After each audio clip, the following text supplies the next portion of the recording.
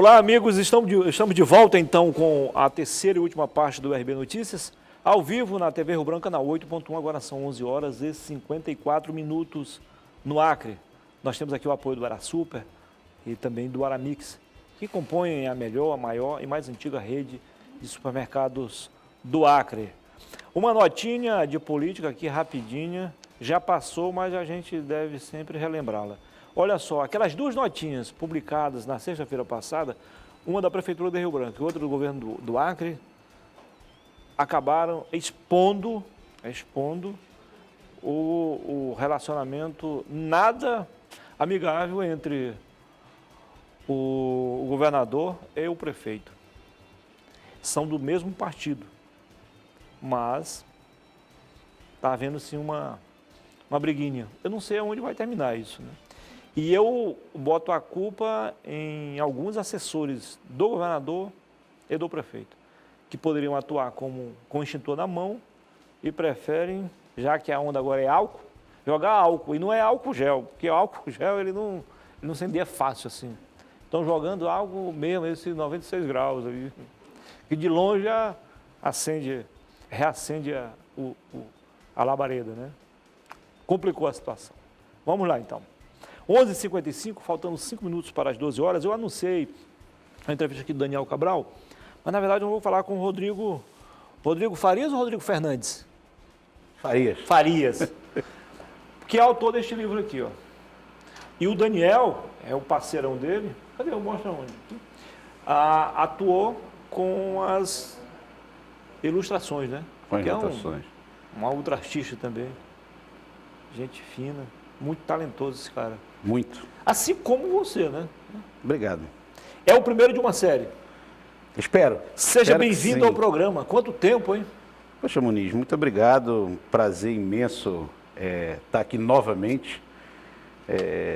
Agradecer, deixar registrado a sua generosidade comigo, a sua, da TV Rio Branco. Sempre que a gente lançou algum projeto, fosse ele político, fosse ele na rádio, fosse ele pessoal, sempre a TV Rio Branco, o seu programa, TV aberta, a gente sempre foi muito bem recebido aqui. É um prazer estar aqui novamente. Recíproca verdadeira.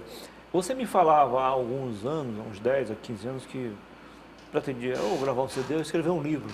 Bom, o livro já está aqui, está materializado, está concretizado, né? Eu estava vendo aqui alguns tópicos. Vamos lá, começar pelo número 1. A esquizofrenia da política tupiniquim.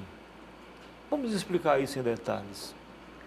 Então, Muniz, esse livro surgiu em 2019, quando eu recebi um convite para assinar uma coluna semanal num site local e o primeiro artigo foi exatamente esse. O primeiro durante um ano inteiro, primeiro e único, que eu falei sobre política.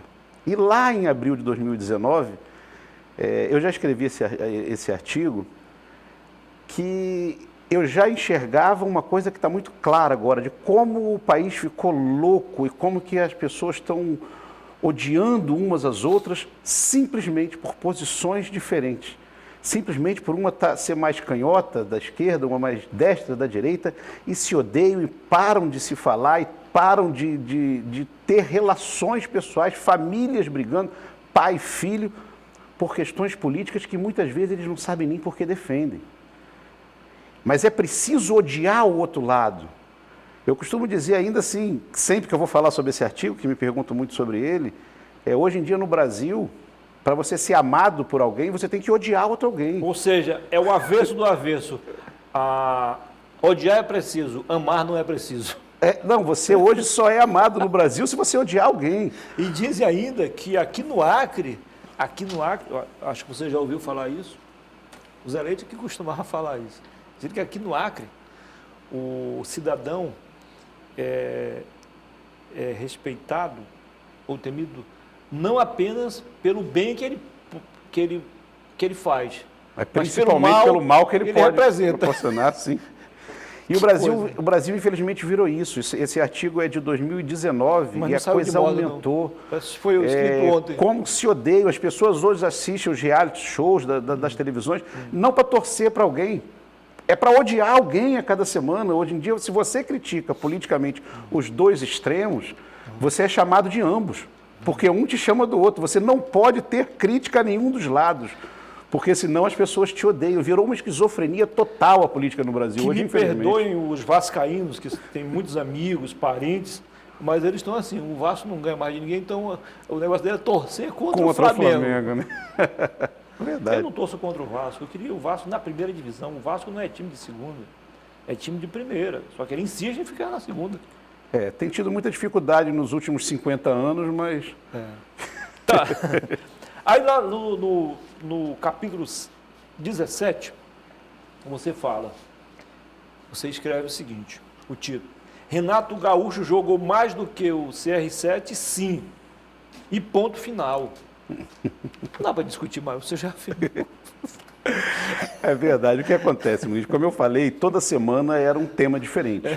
Então eu escrevi temas sérios e polêmicos que tem nesse livro, sobre legalização das drogas, sobre a pena de morte, sobre algumas décadas históricas, a década de 60, a década de 70, a década de 80, e teve temas mais descontraídos, como um artigo sobre o Raul Seixas, Cazuza, e esse sobre o do Renato Gaúcho, que no meu entendimento jogou, não é que ele tenha jogado mais que o Cristiano Ronaldo, eu acho que ele jogou muito mais que o Cristiano Ronaldo.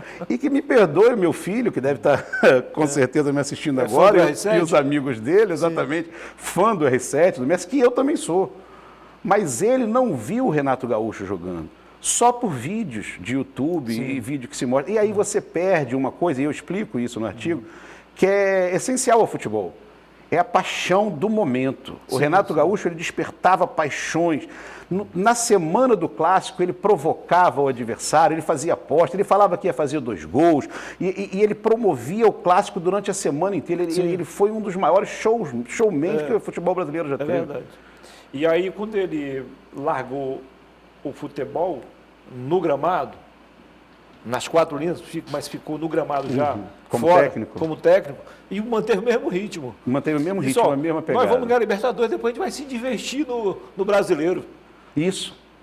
E as entrevistas do Renato Gaúcho são maravilhosas. E ele disse algo que eu concordo plenamente. Disse, olha, ele dizendo que não acreditava muito que o cara pudesse ser um bom técnico, você tem que ter sido um jogador diferenciado. Sim. E eu concordo plenamente. A prova está aí. Ele não fez esses cursos que exigem, agora sim, porque depois da aprovação do Profut, então houve algumas exigências. E ele teve que fazer, mas ele não tinha curso de nada. Mas tinha título, ou seja, ele não tinha título acadêmico, mas tinha título conquistados como treinador de futebol. E ele dizia assim, mostra os títulos desses aí que eu exibo os meus troféus. Pronto. Sim, olha, o Renato Gaúcho, ele tem uma estátua no estádio do Grêmio. Ser ídolo durante 2 décadas no Brasil, jogando futebol, porque não desmerecendo o futebol de Portugal, mas é muito menos complicado você ser ídolo como jogador de futebol em Portugal do que no Brasil, que a gente tem uma safra de craques muito grande a todo momento.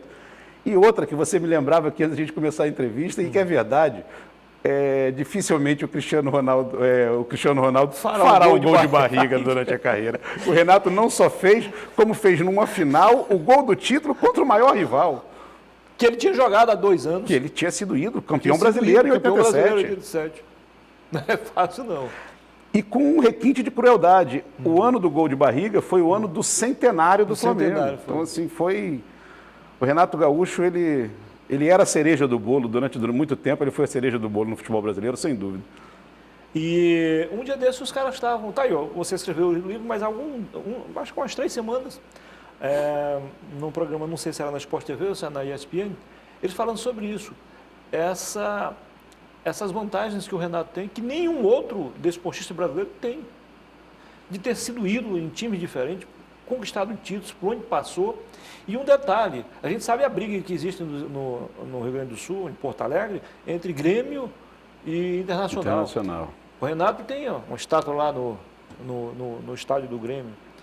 Mas se o Internacional o contratasse como treinador, ele seria recebido com festa pelos colorados. Ah, seria. Eu acho que ele não iria, mas eu acho que seria.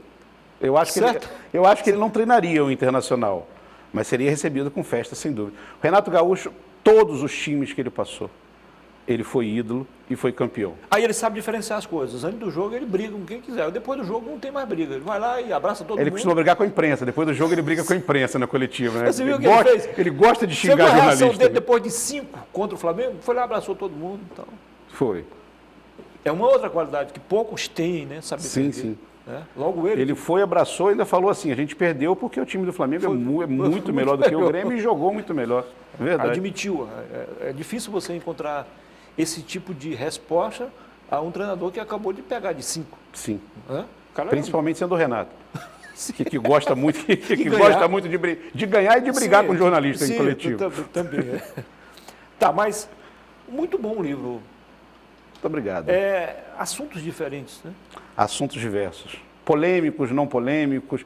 A cada semana, de acordo... Como eu tive liberdade desde o início, quando eu fui convidado para assinar a coluna semanal no jornal, então, de acordo com o meu estado de espírito na semana, eu escrevia uma coisa mais histórica, uma coisa mais polêmica, ou uma coisa mais cultural e agradável, como música. Tem artigos sobre o samba, sobre o funk, sobre alguns músicos, sobre décadas. É o estado de espírito da semana me fazia desenvolver um tema. E aqui no subtítulo você escreve coletânea de artigos publicados nos sites diários do Acre e o Acre agora, entre abril de 2019 e abril de 2020. Foi um prazo de um ano. 12 meses aí de... É uma coletânea, os que fizeram mais, o que geraram mais polêmica, mais discussão, mais crítica, mais elogio, o que teve mais comentários, a gente juntou e Você agora me deu uma dica, sabia? Eu vou fazer uma coletânea de 30 anos de colunismo político, escrever um livro. Poxa, que legal. Gostei da sua ideia aí agora. Quero ser presenteado com... Evidente que eu vou colocar outros que à época não poderiam ser publicados, agora já pode. Já pode. Agora já pode, sim. Você viveu esse momento também de, bom, não vou escrever isso agora porque eu acho que não é o momento, vamos deixar para depois? Mas muito por questões pessoais minhas, sim. Nunca, sim. Nunca por censura de quem quer que seja, graças a Deus, eu nunca passei por isso. Mas tinha semanas que eu acho que a gente já estava assim tão carregado, com assuntos tão carregados, o país estava tão carregado naquele momento que eu preferia deixar para um outro momento ou não escrever sobre determinado assunto e escrever sobre uma coisa mais light, mais agradável aos leitores. Você aqui destacou o que você chama de meia-idade. Isso aí foi muito... O que te levou a escrever isso? A minha crise da meia-idade é muito complicado. Você tem quantos anos hoje? Eu tenho 45 anos. Segundo os especialistas, você tem 5 anos de vida. Você começou a viver agora. Tem 5 anos que você começou a viver. Isso. Você ficou meio assustado quando eu falei só 5 anos de vida. Não. Você começou a viver há 5 anos. Sim, eu acho que esses especialistas, mas eles também tiveram essa crise. É muito complicado, Muniz, e eu falo isso também aí no artigo, quando de repente dá um estalo na sua vida e você percebe nitidamente que você tem mais tempo de retrovisor do que de para-brisa. Você tem mais tempo para trás do que para frente. Isso aí mexe muito com Você já está se sentindo assim, não?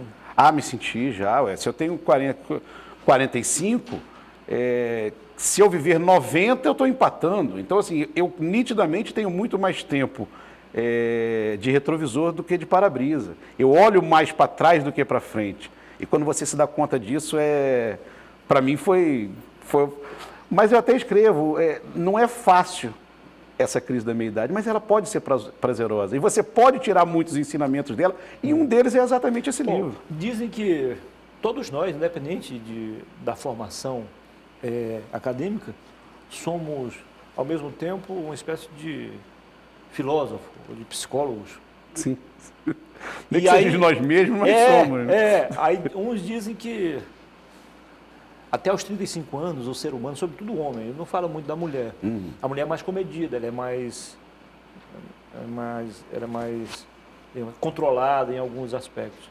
Mas diz que o homem, até os 35 anos, está vivendo aquela fase do deslumbramento, quer aparecer, quer mostrar para o colega de faculdade que ele venceu. Quando o cara é um advogado, ele quer participar daqueles casos bem polêmicos.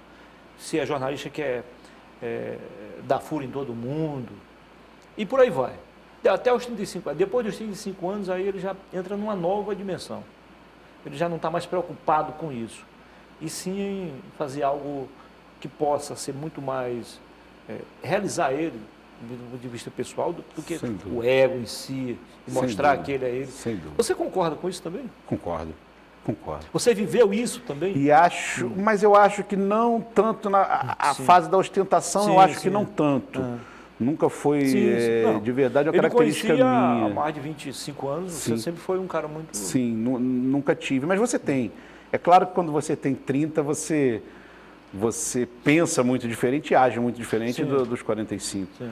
E aos 45 você entende que... O que não entende quando tem 20 e 30, que você sabe tão pouco. Eu sento hoje com meu pai, que tem 70, 78, 77 anos, e olho e falo assim, rapaz, como que há uns 20 anos atrás eu achava que sabia mais que ele, um poço de sabedoria desse. Dá um jeitinho de focalizar ali o quadro do nosso amigo, rapaz. Muito bonito. Talentoso. Daniel é muito...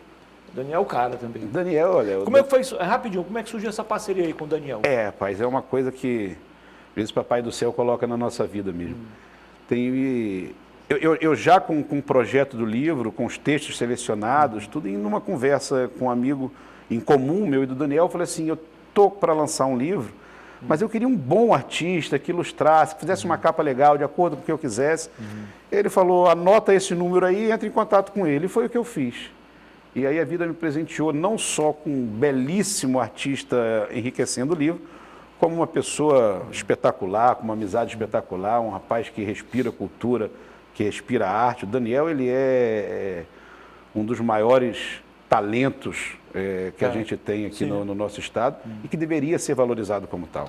Mas será? Então, ele enriquece muito a capa do livro, que a capa do livro, Muniz, é bom que seja dito, essa frase, e por isso... Mostra de novo a capa aí, só para... Por isso essa frase está entre aspas, essa frase não é minha. Essa frase, ela é de uma música, é tirada de uma música do Cazuza, mas que diz muito sobre o que é o livro. Assim, o livro, ele é uma coletânea de o que eu penso sobre um monte de assuntos sérios ou nem tão sérios. Então, por isso, vem comigo no Caminho Eu Explico, o Caminho é o livro. Você vai me conhecer o que eu penso sobre muitos assuntos dentro do livro. E aí, tem esse detalhe também do ponto de exclamação, que não é muito... Vamos colocar ou não vai? Deixa para depois. Que não é muito habitual no jornalismo, você encerrar um título com um ponto de exclamação, mas era uma coisa que o Nelson Rodrigues, outra pessoa de quem eu sou muito fã, usava e achava que deveria ser, inclusive, habitual. O Nelson Rodrigues tem uma frase que ele diz assim, que para ele, Nelson Rodrigues, todos os títulos deveriam ter ponto de exclamação. Assim, totalmente de encontro com o que determina as normas jornalísticas. Tudo. Então, o livro tem no título essa homenagem a dois ídolos que eu tenho, que é o Cazuza, para mim o maior poeta da minha geração, e Nelson Rodrigues, um dos maiores jornalistas que esse país já teve, e enriquecido com as obras do Daniel Cabral, ou seja, a capa ficou belíssima. Você não conseguiu mostrar, Muniz? Eu mostro aqui, olha. Eu não sei o que aconteceu, né? Nossa produção não funcionou agora, mas... Fica para depois. Tá aí, ele mostrou agora, pronto. Ó. Era comigo, então. Era contigo.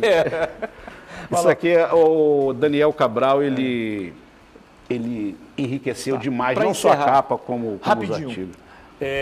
De quem é essa frase? Essa frase? Tricolor de verdade é o Independência. Os outros são times de 3 cores. De quem é essa frase? Não sei. Minha. O Nelson Rodrigues, ele disse que é o Fluminense. Os outros são time de 3 cores. Sim. Muito obrigado pela entrevista. Muniz, muito obrigado. Você vai voltar em breve para a gente esmiuçar melhor essa obra aqui. Vamos. E esse ano ainda sai o 2º exemplar e eu faço questão de vir lançar aqui novamente contigo. Tranquilo. Seja bem-vindo. Parabéns aí pela iniciativa. Obrigado, um prazer mais uma vez estar aqui contigo. A gente volta amanhã, se Deus quiser, com mais um bom programa para você. Tenham todos uma ótima tarde. E ainda há tempo de você convidar os amigos, os parentes, e irem almoçar lá na Princesinha. O Roberto está